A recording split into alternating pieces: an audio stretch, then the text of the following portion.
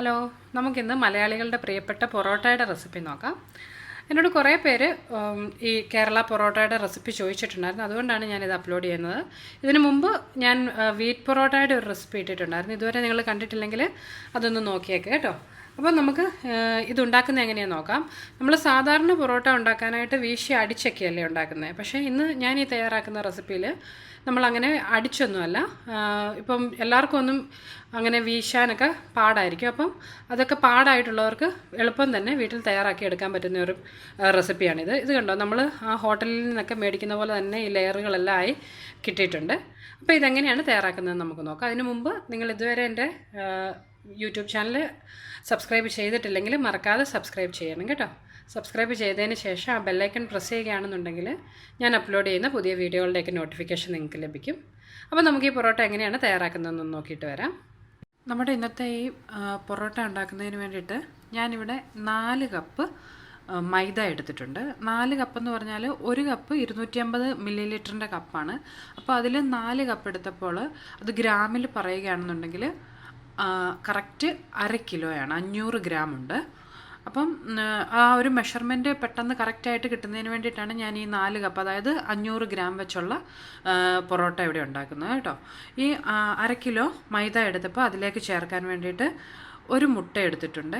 പിന്നെ ഒരു 1.5 ടേബിൾ സ്പൂണോളം പഞ്ചസാര എടുത്തിട്ടുണ്ട്. പിന്നെ കുറച്ച് വെജിറ്റബിൾ ഓയിൽ വേണം. പിന്നെ ആവശ്യത്തിനുള്ള വെള്ളം വേണം. പിന്നെ ആവശ്യത്തിന് ഉപ്പും വേണം. നമുക്ക് ആദ്യം എടുത്തു വെച്ചിട്ടുള്ള മൈദയിലേക്ക് ഈ പഞ്ചസാരയും മുട്ടയും ഉപ്പൊന്ന് ചേർത്ത് കൊടുക്കാം. ഇതിലേക്ക് ഞാൻ ആ മുട്ടയൊന്ന് പൊട്ടിച്ചൊഴിച്ചിട്ടുണ്ട്. അതുപോലെ ആവശ്യത്തിനുള്ള ഉപ്പും പഞ്ചസാരയും നമുക്കിതിലേക്ക് ചേർത്ത് കൊടുക്കാം. പിന്നെ ഇപ്പോൾ ഞാനൊരു 1 ടേബിൾ സ്പൂണോളം വെജിറ്റബിൾ ഓയിലും കൂടി നമ്മുടെ ഇതിലേക്ക് ഒഴിച്ചു കൊടുക്കുന്നുണ്ട്. ഇനി നമുക്കിതിൽ കൂടുതൽ എണ്ണ ഇത് കുഴയ്ക്കുമ്പോഴും പരത്തുമ്പോഴും ഒക്കെ വേണം. ഇപ്പം നമുക്ക് ആദ്യം 1 ടേബിൾ സ്പൂൺ എണ്ണ ഒഴിച്ച് ഇത് നന്നായിട്ട് എല്ലാം കൂടി ഒന്ന് മിക്സ് ചെയ്തെടുക്കാം. ഇപ്പോൾ ആ മുട്ടയും ഉപ്പും എണ്ണയും ഒക്കെ ഈ പൊടിയുടെ എല്ലാ ഭാഗത്തും എത്തുന്നത് പോലെ ഒന്ന് യോജിപ്പിച്ച് കൊടുത്തിട്ടുണ്ട്. ഇനി ഇതിലേക്ക് ആവശ്യത്തിന് വെള്ളം ഒഴിച്ച് നമുക്കൊന്ന് കുഴച്ചെടുക്കണം. ഈ വെള്ളത്തിൻ്റെ ഒരു കറക്റ്റ് കണക്ക് നമുക്കിപ്പോൾ പറയാൻ പറ്റത്തില്ല. നമ്മുടെ ചപ്പാത്തിയുടെ മാവിനെക്കാട്ടിലും ഒരല്പം കൂടി ലൂസായിട്ടുള്ള ഒരു മാവാണ് ഈ പൊറോട്ടയ്ക്ക് വേണ്ടി നമ്മൾ ഉണ്ടാക്കിയെടുക്കേണ്ടത്. ഇപ്പോൾ ഞാൻ നമ്മുടെ മാവ് ഇവിടെ ആ വെള്ളം ചേർത്തൊന്ന് മിക്സ് ചെയ്തെടുത്തിട്ടുണ്ട്. ഇത് കണ്ടോ, ഇതുപോലെ നല്ല ഒട്ടിപ്പിടിക്കുന്ന ഒരു പാകത്തിൽ വേണം ആക്കിയെടുക്കാൻ. ഇങ്ങനെ ആക്കുന്നതിന് വേണ്ടി ഞാൻ ഈ 4 കപ്പ് മൈദയിലേക്ക് ഏകദേശം ഒരു 1.25-1.5 കപ്പിനടുത്ത് വെള്ളം ഒഴിച്ചിട്ടുണ്ട്. ഇതിനി നമുക്ക് കൗണ്ടർ ടോപ്പിലേക്ക് മാറ്റാം. അപ്പോൾ ഒരല്പം പൊടി ഒന്ന് വിതറിയതിന് ശേഷം ഇത് കൗണ്ടർ ടോപ്പിലേക്ക് ഇട്ട് നന്നായിട്ട് കുഴച്ചെടുക്കണം. ഇനി ഇത് കൂടുതൽ പൊടിയൊന്നും ഇടരുത്. നമ്മൾ പൊടി കൂടുതൽ ഇട്ടിട്ടുണ്ടെങ്കിൽ നമ്മുടെ മാവ് വല്ലാതെ അങ്ങ് കട്ടിയായിപ്പോൾ അപ്പോൾ നമ്മുടെ പൊറോട്ടയ്ക്കും അത്ര സോഫ്റ്റ്നെസ് കിട്ടത്തില്ല. അതുകൊണ്ട് ഇതിനി കുറച്ചേറെ നേരം നന്നായിട്ടൊന്ന് കുഴച്ചെടുക്കണം. നമ്മുടെ ഈ മൈദയുടെ ഒരു പ്രത്യേകത എന്ന് പറഞ്ഞാൽ നമ്മൾ കുറേ ഏറെ നേരം നീഡ് ചെയ്ത് കഴിയുമ്പോൾ അത് കുറച്ചൊരു ആ ഒട്ടിപ്പിടിക്കുന്നതൊക്കെ മാറി കുറച്ചുകൂടി ഒന്ന് കട്ടിയായിട്ട് കിട്ടും. അപ്പോൾ ഇനി നന്നായിട്ട് ഇത് നമുക്ക് കുറച്ചേറെ നേരം ഇതൊന്ന് നന്നായിട്ട് കുഴച്ചെടുക്കണം. പൊറോട്ട സോഫ്റ്റ് ആകണമെങ്കിൽ കുറേ ഏറെ നേരം വേണം ഇത് കുഴച്ചെടുക്കാൻ കേട്ടോ. അപ്പോൾ നമുക്കിത് നന്നായിട്ടൊന്ന് കുഴച്ചെടുത്തതിന് ശേഷം ബാക്കി നോക്കാം. ഇപ്പോൾ ഏകദേശം ഒരു 10 മിനിറ്റോളം ആയിട്ടുണ്ട് ഞാൻ ഈ മാവുമായിട്ടുള്ള യുദ്ധം തുടങ്ങിയിട്ട്. നന്നായിട്ട് ഇടിച്ചോ അടിച്ചോ ഒക്കെ നിങ്ങൾക്കിത് കുഴച്ചെടുക്കാം. ഇതിപ്പോഴും കുറച്ചൊരു സ്റ്റിക്കി ആയിട്ടാണ് എന്ന് പറഞ്ഞാൽ നിങ്ങൾ ഇനി ഇതിലേക്ക് പൊടിയൊന്നും ചേർക്കരുത് കേട്ടോ. കയ്യിൽ വേണമെന്നുണ്ടെങ്കിൽ ഒരല്പം എണ്ണ തേച്ച് കൊടുക്കുക, അല്ല കയ്യിൽ ഒരല്പം പൊടിയോ തേച്ചിട്ട് നമുക്കിത് ഒരു 3-4 മിനിറ്റ് കൂടി നമുക്കിതൊന്ന് നന്നായിട്ട് കുഴച്ചെടുക്കണം. എത്രത്തോളം നമുക്കിത് കുഴച്ചെടുക്കാൻ പറ്റുമോ അത്രത്തോളം നമ്മുടെ പൊറോട്ടയും സോഫ്റ്റായിട്ട് കിട്ടും. ഇപ്പോൾ ഞാൻ ആ കുഴയ്ക്കുന്നതിനുള്ള സൗകര്യത്തിന് വേണ്ടി ഇത് കുറച്ച് വലിയൊരു ചപ്പാത്തി വരുത്തുന്ന പലകയിലേക്കൊന്ന് മാറ്റിയിട്ടുണ്ട്. ഇതിപ്പം നോക്കിയാൽ കാണാം, നമ്മൾ ആദ്യമൊക്കെ എടുത്ത ആ ഒട്ടിപ്പിടിക്കുന്ന മാവിൽ നിന്നൊന്ന് മാറി ആ ഒട്ടിപ്പിടിക്കലൊക്കെ ഒന്ന് മാറി കിട്ടിയിട്ടുണ്ട്. കണ്ടോ, ഇതിപ്പോൾ ഒറ്റയൊരു ഇതായിട്ട് നല്ല കട്ടിയുള്ളൊരു മാവായിട്ട് കിട്ടിയിട്ടുണ്ട്. ഈ ഒരു പാകമാണ് നമുക്ക് പൊറോട്ടയ്ക്ക് വേണ്ടി. ഇതുകൊണ്ട് ഇങ്ങനെ പ്രസ് ചെയ്യുമ്പോൾ ഇതുപോലെ ഇത് തിരിച്ചു പൊങ്ങി വരുന്ന ആ ഒരു പാകം. ചപ്പാത്തിയുടെ അത്രയും കട്ടിയില്ല, ചപ്പാത്തി മാവിൻ്റെ അത്രയും കട്ടിയില്ല, എന്നാൽ അങ്ങ് വല്ലാതെ ലൂസും അല്ല കേട്ടോ. ഈ ഒരു പരുവത്തിന് ഇതിപ്പോൾ കുഴച്ചെടുത്തിട്ടുണ്ട്.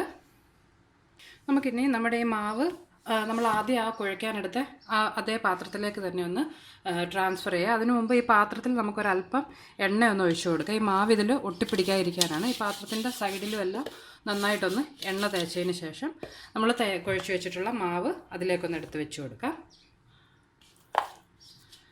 ഈ മാവിൻ്റെ മുകളിലും നമുക്കൊരല്പം എണ്ണയൊന്ന് നന്നായിട്ട് ഒഴിച്ചു കൊടുക്കുക. ഇച്ചിരി ഏറെ എണ്ണ നമുക്ക് ഈ പൊറോട്ട ഉണ്ടാക്കുമ്പോൾ വേണം കേട്ടോ.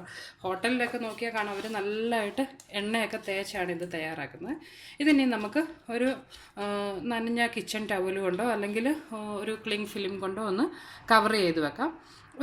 ഒരു മണിക്കൂർ മുതൽ 2 മണിക്കൂർ വരെ നമുക്കിതൊന്ന് മാറ്റി വയ്ക്കണം. അപ്പോൾ നമ്മുടെ മാവ് കുറച്ചുകൂടി സോഫ്റ്റായിട്ട് കിട്ടും. മിനിമം 1 മണിക്കൂറെങ്കിലും എന്തായാലും നിങ്ങളിത് മാറ്റി വെച്ചതിന് ശേഷമേ പൊറോട്ട ഉണ്ടാക്കാൻ തുടങ്ങാവുള്ളൂ കേട്ടോ. ഞാനിപ്പോൾ ഇതിലേക്ക് ഒരു നനഞ്ഞ ടവൽ കൊണ്ട് ഇതൊന്ന് നന്നായിട്ട് കവർ ചെയ്ത് വെച്ചിട്ടുണ്ട്. നമ്മുടെ മാവ് അങ്ങ് ഡ്രൈ ആയി പോകാതിരിക്കാനാണിത്. ഞാൻ ഇതുപോലെ നനഞ്ഞ കിച്ചൺ ടവൽ വെച്ച് ഇത് ചെയ്യണമെന്ന് പറഞ്ഞപ്പോൾ പലരും എന്നോട് ചോദിച്ചു മാവിൽ അങ്ങ് ഒട്ടി പിടിക്കത്തില്ല എന്ന്, വേറെ ഏതോ ഒക്കെ റെസിപ്പിയിൽ. പക്ഷേ നമ്മൾ അങ്ങ് വല്ലാതെ നനഞ്ഞ തുണിയല്ല, ചെറുതായിട്ടൊന്ന് നനച്ച് പിഴിഞ്ഞതിന് ശേഷം വേണം ഇതുപോലെ ഒന്ന് കവർ ചെയ്ത് വെക്കാൻ. അപ്പോൾ നമുക്കിനി ഒരു 2 മണിക്കൂർ കഴിഞ്ഞ് ഇതെങ്ങനെയാണ് തയ്യാറാക്കുന്നതെന്ന് നോക്കാം. ഇപ്പോൾ ഒരു 2 മണിക്കൂർ കഴിഞ്ഞിട്ടുണ്ട്. നമുക്കിനി നമ്മുടെ മാവ് ചെറിയ ചെറിയ ഉരുളകളായിട്ടൊന്ന് ഉരുട്ടിയെടുക്കാം. ഇപ്പോൾ നോക്കിയത് നന്നായിട്ട് സോഫ്റ്റായിട്ട് തന്നെ ഇരിപ്പുണ്ട്. ഇനി ഒരിക്കൽ കൂടി നമുക്കൊന്ന് ഇതുപോലെ ഒന്ന് കുഴച്ചെടുക്കാം. നല്ല സോഫ്റ്റായിട്ടുള്ള മാവായിട്ട് മാറിയിട്ടുണ്ട്. നമുക്കിതിനെയും ചെറിയ ഉരുളകളായിട്ടെടുക്കാം. നമ്മൾ ചപ്പാത്തിക്കുള്ള ഉരുളകളെക്കാട്ടിലും കുറച്ചുകൂടി ഒരു വലിയ സൈസിലുള്ള ബോളുകളായിട്ട് വേണം എടുക്കാൻ. അതൊന്ന് ആ ഉരുളകളാക്കുന്നതിനുള്ള എളുപ്പത്തിന് ഞാൻ ഈ മാവ് ഒരു 2ആയിട്ടൊന്ന് ഭാഗിച്ചെടുക്കുകയാണ്. ഇപ്പോൾ 2ആക്കി എടുത്തിട്ടുണ്ട്. ഇതിനെ നമുക്ക് ഇതുപോലെ നന്നായിട്ട് ഒന്ന് ഉരുട്ടിയെടുക്കാം. അതിനു മുമ്പ് നിങ്ങൾ ഇതൊക്കെ ചെയ്യുന്നതിന് മുമ്പ് കയ്യിൽ ഒരല്പം എണ്ണ തേക്കണം കേട്ടോ. ഇതുപോലെ നന്നായിട്ട് ഒന്ന് ഉരുട്ടിയെടുത്തതിന് ശേഷം ഇതുണ്ട് നമ്മുടെ ഈ കൈയുടെ ഈ രണ്ട് വിരലിൻ്റെ ഇടയിലേക്ക് ഇത് കയറ്റി ഇതുപോലെ ഒരു ബോൾ പോലെ ഒന്നാക്കി നമുക്കിതിങ്ങ് മുറിച്ചെടുക്കാം. കണ്ടോ, ഇതിപ്പം നല്ലൊരു ഉരുളയായിട്ട് കിട്ടിയിട്ടുണ്ട്. ഇതൊരിക്കൽ കൂടി ഇതുപോലെ ഒന്ന് നമ്മുടെ ഈ മഷ്റൂമില്ലേ, കൂണിൻ്റെ മുകൾ ഭാഗം പോലെ നല്ല റൗണ്ടായിട്ടിരിക്കണം. കണ്ടോ, ഇതിപ്പോൾ നല്ല ഉരുളയായിട്ട് എടുത്തിട്ടുണ്ട്. ഈ ഒരു വലുപ്പത്തിലുള്ള ബോളുകളായിട്ട് വേണം നമുക്ക് ഈ പൊറോട്ടയ്ക്കുള്ള ഉരുളകളാക്കിയെടുക്കാൻ. ഇതുപോലെ നമുക്ക് ഈ ബാക്കിയുള്ള മാവുകൾ കൂടി ഒന്ന് ആക്കിയെടുക്കാം. ഇത് ഒരിക്കൽ കൂടി ഒന്ന് കാണിച്ചു തരാം. ഇതുപോലെ നന്നായിട്ട് ഉരുട്ടിയെടുത്തതിന് ശേഷം നമ്മുടെ ഈ 2 വിരലിൻ്റെ ഇടയിൽ കൂടി ഇങ്ങനെ ഒന്ന് കട്ട് ചെയ്തെടുക്കണം. കണ്ടോ, അതിനുശേഷം ഒരിക്കൽ കൂടി നല്ല ഉരുളയാക്കി എടുക്കണം. കണ്ടോ, ഇതിപ്പോൾ നല്ലൊരു ബോൾ പോലെ ആക്കിയെടുത്തിട്ടുണ്ട്. നമുക്ക് ഈ ബാക്കിയുള്ള മാവുകൾ കൂടി ഇതുപോലെ ഒന്ന് ആക്കിയെടുക്കാം. ഇപ്പം ഞാനിവിടെ ആ മാവെല്ലാം ഒന്ന് ഉരുട്ടിയെടുത്തിട്ടുണ്ട്. ഇതിൻ്റെ മുകളിലേക്ക് നമുക്ക് കുറച്ച് എണ്ണയൊന്ന് തേച്ച് കൊടുക്കണം. നമ്മുടെ ഈ മാവ് ഡ്രൈ ആകാതിരിക്കാൻ പ്രത്യേകം ശ്രദ്ധിക്കണം. എന്നിട്ട് ഇതിൻ്റെ മുകളിൽ ആ നനഞ്ഞ തുണിയെ നമുക്ക് ഒന്നുകൂടി ഒന്ന് വിരിച്ചു കൊടുക്കുക. ഒരു 10 മിനിറ്റ് കഴിഞ്ഞ് നമുക്കിത് എങ്ങനെയാണ് ഇനി പരത്തി ഉണ്ടാക്കുന്നതെന്ന് നോക്കാം. ഇപ്പോൾ ഒരു 10 മിനിറ്റ് കഴിഞ്ഞിട്ടുണ്ട്. നമുക്കിനി ഈ ഉരുട്ടി വെച്ചിട്ടുള്ള മാവിൽ നിന്ന് ഓരോ ഉരുളകളായിട്ട് ഒന്ന് പരത്തിയെടുക്കാം. ഇന്ന് നമ്മളിത് വീശി അടിച്ചുള്ള പൊറോട്ടയല്ല ഉണ്ടാക്കുന്നത്. എല്ലാവർക്കും ഒന്നും ഇപ്പോൾ വീശി അടിക്കാനായിട്ട് ആ ഒരു വശം കാണത്തില്ല. അതുകൊണ്ട് നമുക്കിത് നന്നായിട്ട് നല്ല തിന്നായിട്ട് പരത്തി ഉണ്ടാക്കിയെടുക്കുന്നത് എങ്ങനെയാണെന്ന് നോക്കാം. അതിന് മുമ്പ് നമ്മൾ ഈ പരത്താൻ, ഇപ്പം നിങ്ങൾ കൗണ്ടർ ടോപ്പിലാണ് പരത്തുന്നതെങ്കിൽ കൗണ്ടർ ടോപ്പിൽ അല്പം ഒന്ന് എണ്ണ ഒന്ന് തേച്ച് കൊടുക്കണം. ഞാനിപ്പോൾ ഇവിടെ കുറച്ച് വലിയൊരു ചപ്പാത്തി പരത്തുന്ന പലക ഉള്ളതുകൊണ്ട് ഞാൻ അതിലാണ് പരത്തുന്നത്. അതുപോലെ ഈ പരത്താൻ ഉപയോഗിക്കുന്ന ഈ റോളിംഗ് പിന്നും നമ്മൾ നന്നായിട്ട് എണ്ണ ഒന്ന് തേച്ച് കൊടുക്കണം. ഇനി ഇത് നമുക്ക് നല്ല തിന്നായിട്ട് എത്രത്തോളം തിന്നാക്കി പരത്താൻ പറ്റുമോ അത്രത്തോളം തിന്നായിട്ട് ഒന്ന് പരത്തിയെടുക്കണം. കൈകൊണ്ട് നിങ്ങൾക്ക് പറ്റുന്ന എത്ര ഒന്ന് പരത്തി കൊടുക്കുക. അതിനുശേഷം ഈ റോളിംഗ് പിന്നുകൊണ്ട് നമുക്ക് നന്നായിട്ട് പരത്തിയെടുക്കാം. നല്ല തിന്നായിട്ട് കിട്ടണം കേട്ടോ, ഒട്ടും കട്ടിയില്ലാതെ തിന്നാക്കിയെടുക്കാൻ ശ്രദ്ധിക്കണം. ഇതിപ്പോൾ ഞാനിവിടെ പരത്തിയെടുത്തിട്ടുണ്ട് കേട്ടോ. പറ്റുന്നത്രയും തിന്നായിട്ട് പരത്തുക. ഇതിൽ കൂടി നോക്കിയാൽ ഇപ്പോൾ നമ്മളിതിൻ്റെ ആ താഴെ ഇട്ടിട്ടുള്ള ചപ്പാത്തി പലക കാണാവുന്ന പോലെ തിന്നാക്കിയെടുക്കുക. ചിലപ്പോൾ അവിടെ ഇവിടെയൊക്കെ ഒരു ചെറുതായിട്ടൊന്ന് മുറിഞ്ഞിട്ടുണ്ടായിരിക്കും, അതൊന്നും കുഴപ്പമില്ല. എത്രത്തോളം നിങ്ങൾക്ക് തിന്നാക്കാൻ പറ്റുമോ അത്രത്തോളം തിന്നായിട്ട് പരത്തിയെടുക്കുക. ഇനി ഇതിൽ ആ ലെയർ വരുന്നതിന് വേണ്ടി നമുക്കിത് അടുപ്പിച്ചടുപ്പിച്ച് ഇതുപോലെ ഒന്ന് വരഞ്ഞു കൊടുക്കാം. ഒരു 1/2 സെൻറ്റിമീറ്റർ അകലത്തിൽ ഇതുപോലെ ഒന്ന് വരഞ്ഞു കൊടുത്താൽ മതി. ഇപ്പോൾ ഞാൻ വരഞ്ഞു കൊടുത്തിട്ടുണ്ട്. ഇതിനി നമുക്ക് ഒരറ്റത്ത് നിന്ന് മറ്റേ അറ്റത്തേക്കൊന്ന് ഒരുമിച്ചാക്കിയെടുക്കാം. ഇതിപ്പോൾ ഞാൻ 2 അറ്റത്തു നിന്നും ഇതുപോലെ ഒരുമിച്ചാക്കിയിട്ടുണ്ട്. ഇത് നമുക്കിനി ഒന്ന് ചുരുട്ടിയെടുക്കാം. നമുക്കിത് എളുപ്പത്തിൽ ഈ ചപ്പാത്തി പരത്തുന്ന ഈ പലകയിൽ നിന്നോ അല്ലെങ്കിൽ കൗണ്ടർ ടോപ്പിൽ നിന്നോ വിട്ട് കിട്ടുന്നതിനാണ് ഇതിൽ നന്നായിട്ട് എണ്ണ തേക്കണമെന്ന് പറയുന്നത്. ഈ അവസാനത്തെ ഇത് നമുക്കിതുപോലെ ഈ അടിയിലേക്ക് വെച്ച് തയ്യാറാക്കിയെടുക്കാം. കണ്ടോ, ഇനി ഇതിൻ്റെ മുകളിലേക്ക് ഒരല്പം എണ്ണ തേച്ച് നമുക്ക് മാറ്റി വെക്കാം. ഇതുപോലെ ബാക്കിയുള്ള മാവുകൾ കൂടി ഒന്ന് തയ്യാറാക്കിയെടുക്കാം. ഒരിക്കൽ കൂടി കാണിക്കാം. ഇതുപോലെ നന്നായിട്ട് പരത്തിയെടുത്തിട്ടുണ്ട്. ഇതിനെ ഇതുപോലെ അടുപ്പിച്ചടുപ്പിച്ച് നമുക്കൊന്ന് കട്ട് ചെയ്തെടുക്കണം. ഒരറ്റം മുതൽ മറ്റേ അറ്റം വരെ ഇങ്ങനെ കട്ട് ചെയ്തെടുക്കാം. അതിനുശേഷം ഇതുപോലെ ഈ അറ്റത്ത് നിന്ന് മറ്റേ അറ്റത്തേക്ക് ഇങ്ങനെ ഒന്ന് എല്ലാം കൂടി ഒരുമിച്ചാക്കിയെടുക്കണം. ഈ അറ്റത്തു നിന്നും അതുപോലെ തന്നെ നമുക്കിങ്ങോട്ട് ആക്കിയെടുക്കാം. ഉണ്ടോ, എളുപ്പമല്ലേ? നമ്മൾ വീശി പരത്തുന്നതിനെക്കാട്ടിലുമൊക്കെ വളരെ എളുപ്പത്തിൽ നമുക്കിത് ഒരുമിച്ചാക്കിയെടുക്കാം. ഇത് നമ്മളിനിയും ഒരിക്കൽ കൂടി പരത്തുമല്ലോ, അപ്പോൾ ഈ ലെയറുകളെല്ലാം അതുപോലെ പരത്തി ഉണ്ടാക്കി അടിച്ചെടുത്ത് കഴിയുമ്പോൾ നന്നായിട്ട് ലെയറായി കിട്ടും. കണ്ടോ, ആ അവസാന ഭാഗം ഇങ്ങനെ ഇതിൻ്റെ ഉള്ളിലേക്കും വെക്കണം. എന്നിട്ടിനി ഇത് ചെയ്തതിന് ശേഷം കുറച്ച് എണ്ണ ഇതിൻ്റെ മുകളിലൊന്ന് തേച്ച് കൊടുക്കണം കേട്ടോ. എന്നാന്ന് വെച്ചാൽ ഇതൊട്ടും ഡ്രൈ ആകരുത് നമ്മുടെ മാവ്. ഇതുപോലെ തന്നെ നമുക്ക് ബാക്കിയുള്ള മാവ് കൂടി ഒന്ന് തയ്യാറാക്കിയെടുക്കാം. ഇപ്പോൾ ഞാൻ ഈ മാവെല്ലാം ഇവിടെ പരത്തി ഇതുപോലെ ആക്കിയെടുത്തിട്ടുണ്ട്. ഇനി നമുക്കിത് എങ്ങനെയാണ് നമ്മുടെ പൊറോട്ടയെ പോലെ ആക്കിയെടുക്കുന്നതെന്ന് നോക്കാം. ഇതിനി നമ്മൾ ചപ്പാത്തി ഉരുട്ടുന്ന പോലെ റോളിംഗ് പിൻ വെച്ചൊന്നും ഉരുട്ടണ്ട. നമ്മുടെ കൈ കൊണ്ട് ആദ്യം ഈ മിഡിലിൽ ഇതുപോലെ ഒന്ന് പ്രസ് ചെയ്ത് കൊടുത്തതിന് ശേഷം ഇതുപോലെ ഒന്ന് പരത്തിയെടുക്കാവുന്നതാണ്. പിന്നെ നിങ്ങൾക്ക് ഇങ്ങനെ ചെയ്യാൻ പാടാണെന്നുണ്ടെങ്കിൽ ചെറുതായിട്ടൊന്ന് ചപ്പാത്തിയുടെ ഇത് വെച്ച് പരത്തിയെടുക്കാം. ഇപ്പോൾ ഇത് ഞാനിവിടെ പരത്തിയെടുത്തിട്ടുണ്ട്. ഒരു കാര്യം പ്രത്യേകം ശ്രദ്ധിക്കണം, നമ്മളിത് തിരിച്ചും മറിച്ചും ഇട്ടൊന്നും പ്രസ് ചെയ്യരുത്. ആ ഇട്ടേക്കുന്ന ആ ഒരേ ഇതിൽ തന്നെ ഇട്ട് വേണം ഇതിങ്ങനെ പരത്തിയെടുക്കാനായിട്ട്. കണ്ടോ, ഇനി ഇത് നമുക്ക് ചൂടായിട്ടുള്ള കല്ലിലേക്കോ അല്ലെങ്കിൽ തവയിലേക്കോ ഇട്ടൊന്ന് ഉണ്ടാക്കിയെടുക്കാം. നിങ്ങൾ ഒരെണ്ണം ഉണ്ടാക്കുന്ന സമയത്ത് അത് തയ്യാറായി വരുന്ന സമയത്ത് പെട്ടെന്ന് കൈകൊണ്ട് അടുത്തതും പരത്തിയെടുത്താൽ മതി. അല്ലാതെ നമ്മൾ ചപ്പാത്തിക്കൊക്കെ പരത്തി ഇങ്ങനെ ഇടുന്ന പോലെ ഒന്നും ഇടേണ്ട കാര്യമില്ല കേട്ടോ. ഇതിനി നമുക്ക് എങ്ങനെയാണ് തയ്യാറാക്കുന്നതെന്ന് കൂടി നോക്കാം. എന്നിട്ട് ഞാനിവിടെ അടുപ്പിൽ ഒരു കല്ല് ചൂടാകാൻ വെച്ചിട്ടുണ്ട്. അതിലേക്ക് അല്പം എണ്ണ ഒന്ന് തേച്ച് കൊടുത്തിട്ടുണ്ട്. ഈ കല്ലൊരു വിധം ചൂടായി വരുമ്പോൾ ഇതിലേക്ക് നമ്മൾ തയ്യാറാക്കിയിട്ടുള്ള പൊറോട്ട നമുക്കൊന്ന് ഇട്ട് കൊടുക്കാം.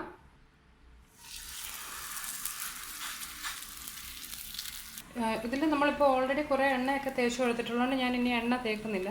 നിങ്ങൾക്ക് എണ്ണ വേണമെന്ന് തോന്നുവാണെങ്കിൽ ഒരല്പം എണ്ണ കൂടി തേച്ച് കൊടുക്കാം. ഒരു സൈഡ് ഒരു അല്പസമയം ഇട്ടതിന് ശേഷം ഉടൻ തന്നെ നമുക്ക് ഇതൊന്ന് തിരിച്ചുകൂടി ഇടാം. ഇതുണ്ടോ, രണ്ട് സൈഡും ഇനി തിരിച്ചും മറിച്ചും ഇട്ട് നമുക്കിത് നന്നായിട്ടൊന്ന് ചുട്ടെടുക്കാം. ഈ കല്ലിൽ കിടക്കുന്ന സമയം തന്നെ നമുക്ക് അടുത്ത പൊറോട്ടയ്ക്കുള്ളതും കൂടി ഒന്ന് പരത്തിയെടുക്കാം. ഇപ്പോൾ ഈ രണ്ട് സൈഡും ഓരോ അല്പസമയം വെച്ച് ആക്കിയിട്ടുണ്ട്. നമുക്കിതുപോലെ തിരിച്ചും മറിച്ചും ഇട്ട് ഇനിയും തയ്യാറാക്കിയെടുക്കാം. നിങ്ങൾക്ക് ഈ ഇതിൻ്റെ ഒരു വശം ഡ്രൈ ആകുന്നെന്ന് തോന്നുവാണെങ്കിൽ ഒരല്പം എണ്ണ കൂടി വേണമെങ്കിൽ ഒഴിച്ചു കൊടുക്കാം കേട്ടോ.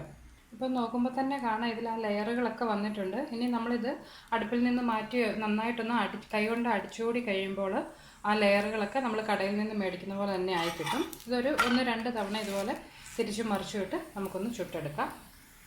ഇതിപ്പോൾ ആയിട്ടുണ്ട്. രണ്ട് സൈഡ് നന്നായിട്ട് മൊരിഞ്ഞ് കിട്ടിയിട്ടുണ്ട്. കണ്ടോ, ഇതിനെ നമുക്ക് അടുപ്പിൽ നിന്ന് മാറ്റിയതിന് ശേഷം ഇതുപോലെ ബാക്കിയുള്ള പൊറോട്ട കൂടി തയ്യാറാക്കിയെടുക്കാം. ഓരോ തവണ പൊറോട്ട ഇടുന്നതിന് മുമ്പും ഈ കല്ലിൽ ഒരല്പം എണ്ണ ഒന്ന് തേച്ച് കൊടുക്കണേ, ഇല്ലെങ്കിൽ ഈ പൊറോട്ട അങ്ങ് ഡ്രൈ ആയി പോവും. ഇതിലേക്ക് നമ്മുടെ പൊറോട്ട ഇട്ട് കൊടുക്കാം.